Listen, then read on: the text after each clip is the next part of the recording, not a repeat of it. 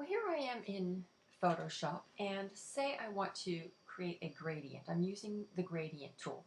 Now the gradient tool hides under the paint bucket, just like under the paint bucket we have the pencil tool and etc. And under the eyedropper we have color samplers, the ruler tool, etc. Okay, so lots of things that hide under other things in Photoshop and in Illustrator. All right, the idea here is to take a gradient, and I have two colors, an orange and sort of a blue-violet, and I'm going to use my select tool and draw an area, and then select my gradient tool, and I'm going to go drag my line and see how it creates a gradient. If I hit Command Z, I get rid of it. I can do it in the other direction, and from top to bottom. Okay, create an immediate sort of atmospheric appearance. So, and if I play around with it in different ways, I can get different things. It flips it around, okay? All right, edit, step back, edit, step back. I kind of like that one for now, so, all right, and stop that. And say I want to take my ellipse tool and draw a couple of elliptical shapes. And notice this, my opacity is really low here at 16%. So if I put it down even lower, notice what happens. I draw another ellipse. It's so transparent that I'm getting a shape that is almost imperceptible if I increase the opacity, because it's literally transparent. Let's go to 75%, 76%, and draw another one.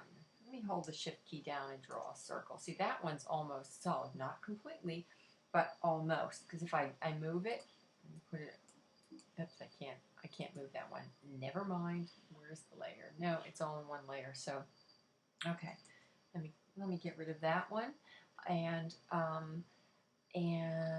try another one. Let's show a completely opaque one. Okay. Now draw a couple of opaque ones. Okay, so I'm making a few all the way. I'm just doodling with my little dots. Okay, so I have a row of dots. And say I want to take another elliptical shape and have a really transparent, very transparent, even something like that, over all of them. Oops, never mind, that's a circle. That looks like a faint moon, come to think of it. I don't need to hold my shift key down. But notice if I, see, it's very, very faint, okay? If I want to make it, if I want to really make it a little bit, how about I switch it and make a violet? Okay, that's at 32%. See what happens? Okay, so this is what we can do with the gradient, and then I could actually come in here and select an elliptical marquee tool, and say I want to create a gradient within that, move to the gradient. Okay, and that's a solid gradient. I don't want that solid gradient. I'm going to eliminate that, and I'm going to select the gradient tool again and reduce the opacity. Okay, just to see what comes up.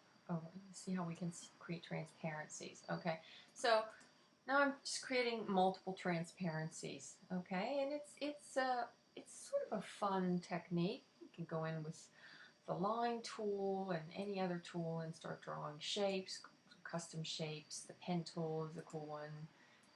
Making different shapes. The pen tool drives me nuts. There we go.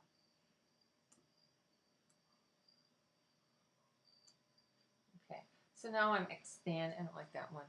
I'm expanding it outside of the compositional format there. I didn't really want to do that. Okay, so I could play around. Here's my color. Let's see. All right, let me bring this in. I'm drawing my shape tool. I could actually, let me move that. Oh, oops. What the heck was that? That was another picture. All right, move that out of the way. Here we go. All right, if I reduce the opacity,